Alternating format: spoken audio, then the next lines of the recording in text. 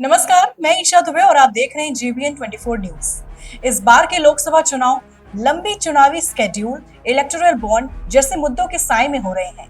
ऐसे में चुनाव से ठीक पहले विपक्ष ने ईवीएम को लेकर एक बार फिर सवाल खड़े कर दिए हैं।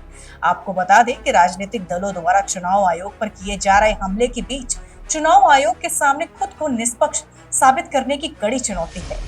6 राज्यों के गृह सचिवों को हटाने की कार्रवाई के बाद आयोग ने ये दिखाने की कोशिश की है कि उसका दामन बेदाग है। लोकसभा चुनाव से पहले बड़ा उलटफेर देखने को मिल रहा है। चुनाव आयोग ने पश्चिम बंगाल के डीजीपी सहित 6 राज्यों के गृह सचिवों को हटाने को आदेश दिया है।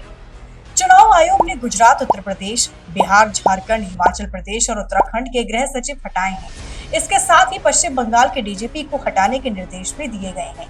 ये एक्शन चुनावों में सभी राजनीतिक दलों के लिए समान अवसर सुनिश्चित कराने के लिए लिया गया है।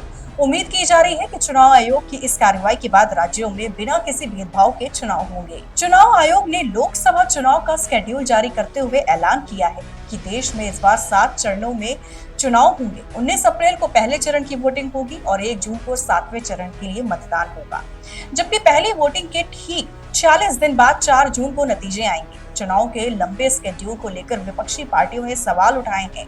लंबे स्केड्यूल को लेकर भाजपा विपक्षियों के जबरदस्त निशाने पर है। कांग्रेस सहित लगभग सभी विपक्ष पार्टियों का कहना है कि 7 फेज तक चुनाव को खींचने से बड़ी जेब वाली पार्टी को फायदा मिलेगा।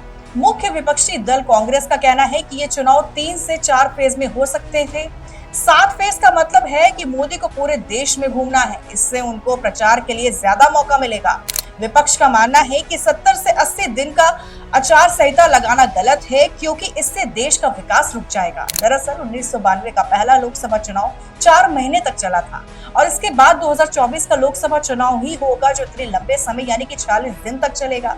यानी देश में 16 मार्च से लागू हुई आचार संहिता 69 दिन तक रहेगी। लोकतंत्र को मजबूती देने की अपनी 42 साल की यात्रा में ईवीएम यानी इलेक्ट्रॉनिक वोटिंग मशीन पर अब तक गड़बड़ियों से जुड़े अनगिनत आरोप लगाए जाते रहे हैं। इसको लेकर हाई कोर्ट से सुप्रीम कोर्ट तक लंबी लड़ाइयां भी लड़ी जा चुकी हैं। हालांकि चुनाव आयोग का दावा है कि चुनाव में इस्तेमाल होने वाली ईवीएम को लेकर उसके काफी सख्त नियम हैं। असेंबलिंग से लेकर वोटिंग तक ईवीएम को करीब 500 ट्रायल और आधा दर्जन मॉक पोल से गुजरना पड़ता है और हर स्तर पर खरा उतरने के बाद ही इन्हें इस्तेमाल में लाया जाता है। इतना ही नहीं, छेड़छाड़ जैसे आरोपों पर आयोग सभी राजनीतिक दलों को चैलेंज कर चुका है। इसके बावजूद विपक्षी दल समय समय पर ईवीएम को लेकर सवाल उठाते रहे हैं। लिहाजा इस बार भी प्रमुख विपक्ष पार्टी कांग्रेस सहित सभी पार्टियां ईवीएम पर सवाल खड़े कर रही हैं।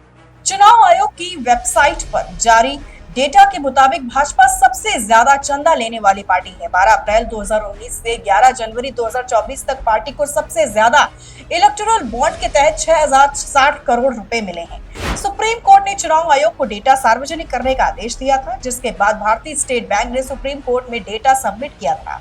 कोर्ट के निर्देश पर एसबीआई ने चुनाव आयोग को बॉन्ड से जुड़ी जानकारी भी दी। दोनों लिस्ट में बॉन्ड खरीदने वालों और इन्हें इनकैश करने वालों के तो नाम है ही, लेकिन ये पता नहीं चलता कि किसने ये पैसा किसको दिया। इस मामले में विपक्षी दलों ने कहा था कि एसबीआई ये यूनिक कोड बताए, जिससे पता चलता रहे कि किसने किसको चंदा दिया। सुप्रीम कोर्ट की कड़ी फटकार के बाद अब एसबीआई यूनिक कोड की जानकारी भी साझा करेगा। इलेक्टोरल बॉन्ड की जानकारी सार्वजनिक होने के बाद विपक्षी दल सत्तारूढ़ एनडीए की नाक में दम कर सकते हैं। तो आज जीबीएन 24 न्यूज पे बस इतना ही। अभी के लिए आप मुझको दीजिए इजाजत। नमस्कार।